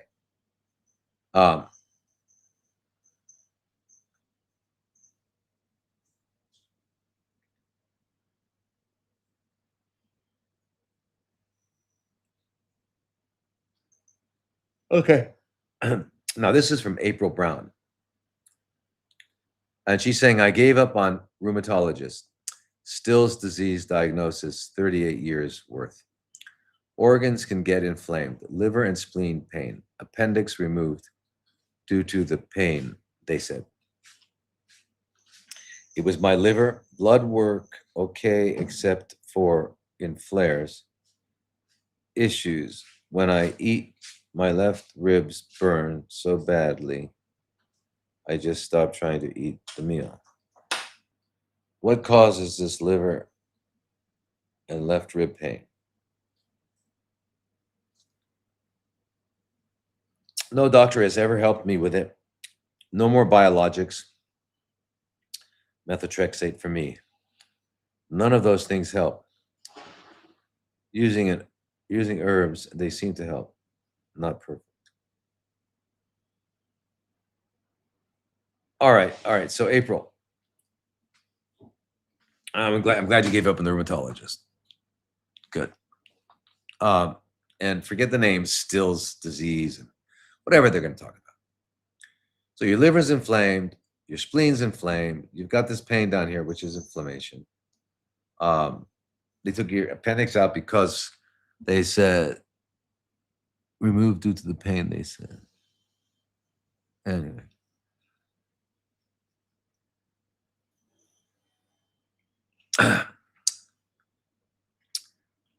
Clearly, your body is inflamed. Your body's inflamed, and you've noticed some organs that are causing particular problems. Inflammation means healing, okay, in acute. Chronic means that if it's chronically inflamed, that means there's a chronic assault at some level, whether it's at a very mild biochemical level or another obvious level, like breathing in toxins or you're exposed to radiation, something like that. But other than that, but you're inflamed. So you're inflamed because your body's being exposed to something that's causing a problem. So what do? You got to get rid of all possible toxicities that would cause the body to get inflamed. All right, because inflammation is a response to something. It doesn't just occur. It's a response. All right. So you've got to clean out. So April Brown, please understand. April Brown Butts, please understand, you've got to cleanse and then eat and live healthy, and it will go away. And you're right, no doctor will ever help you. Only you can help you, and you can help you by doing what we just suggested, and that is by getting rid of toxins, do a good thorough cleanse, 6-week juice cleanse. Get some colon hydrotherapy or do a daily enemas. Go to sleep early. Just everything that I've been talking about. And if you can find a good doctor, we're gonna. And as part of this is we have to balance your hormones, and you can balance your autonomic nervous system, which needs and then you heal your GI tract, which is going to happen by doing the cleansing and eating healthy. That will happen. All right. And so the hormones you're going to need some help with from a doctor who knows what they're doing. And the autonomic nervous system, we're all on sympathetic overdrive, so we need to enhance our parasympathetic, and we do that by humming. We do that by Tai Chi, by Qigong, by yoga, meditation. All of those things enhance parasympathetic. Deep diaphragmatic breathing.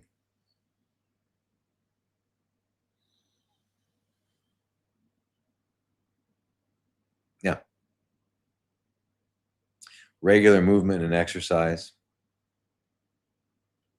Because the rebound from the sympathetic drive of exercise is parasympathetic. So the rebound. So that's what will happen in April. And you'll get better. You'll get better. You cannot not get better. You'll get better. April, join the groups. drlodi.com. Let's join the group so we can interact and I can find out more, okay?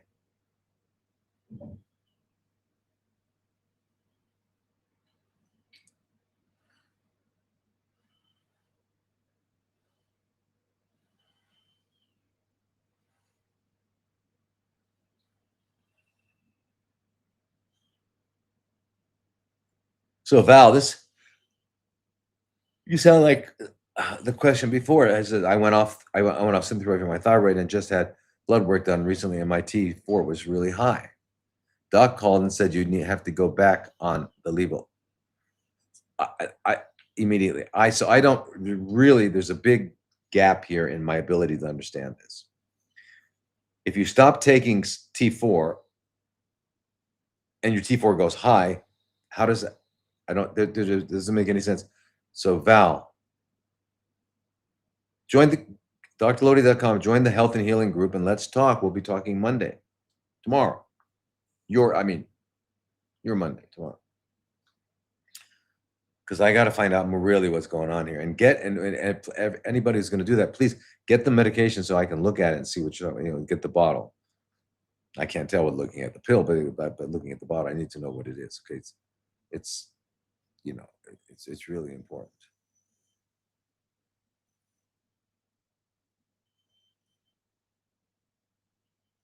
All right, so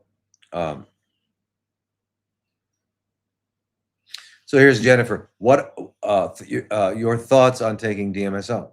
Well, DMSO has lots of important applications externally or intravenously, but not orally.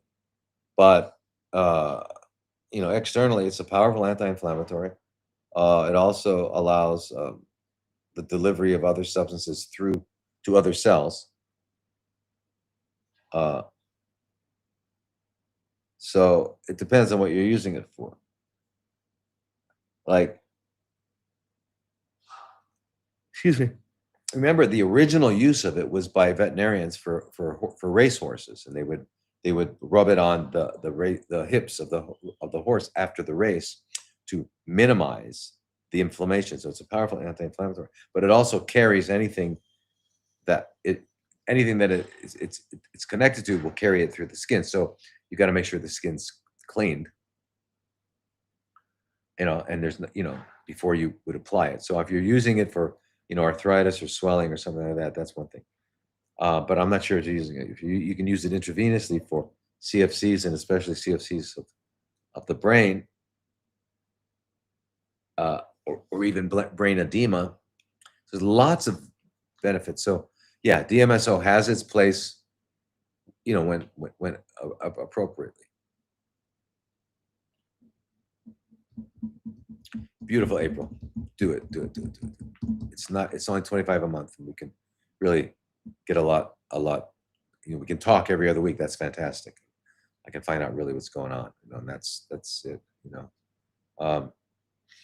and anyway. This is Marie replying to Marie Collin. Do you have a treatment office center? Marie, I'm not sure what you mean. I have a center in Arizona called An Oasis of Healing. 480-834-5414. Yeah, so we do have yes. So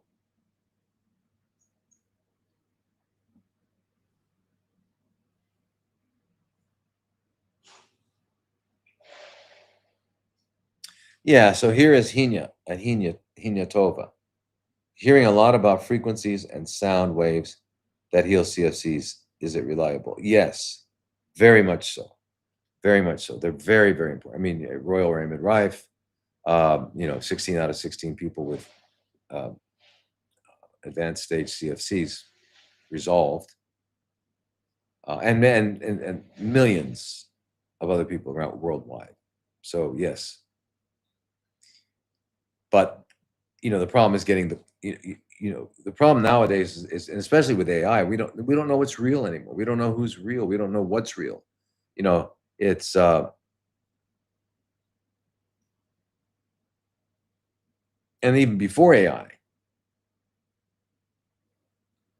people are going to claim expertise in certain areas, and they're not. And we, a lot of times, especially depending on how sick we are, how desperate we are, we're likely to believe, and because we want to believe, and we're going to be following a person that's not legitimate, that doesn't know what they're. I don't like the word legitimate.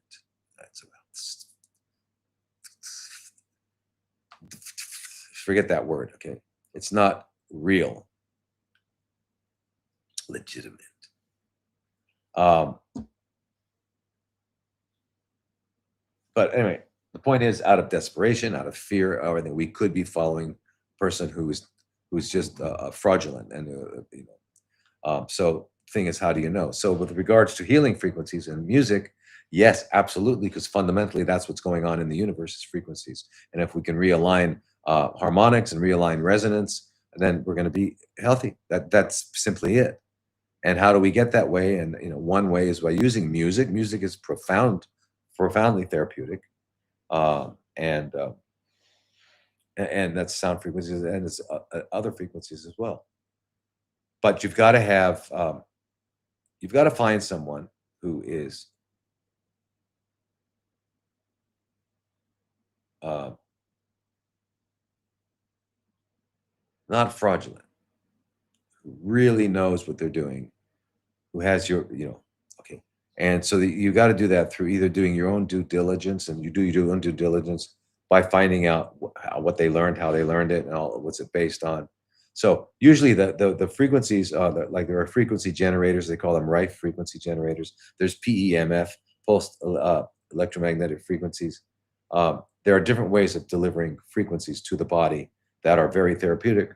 And of course some could be the opposite if someone doesn't know what they're doing. So it's very, very important that you either through recommendations from people that have worked with this person, or look at their credentials, find out the concepts, the foundations of why they do what they do, and all that, and consult with others. Get on our group. If you've got someone you got a frequency generator, show me. Let's go over it. I'll help you get through this. I'll help you figure out what's real and what's not. That's probably my main purpose, is to help you navigate the madness, right? Is that how what's real, what's not real, um, and how should we do it now? Okay, now that it's real, what's the best way to do it? How can I get the best results? So that's what I do.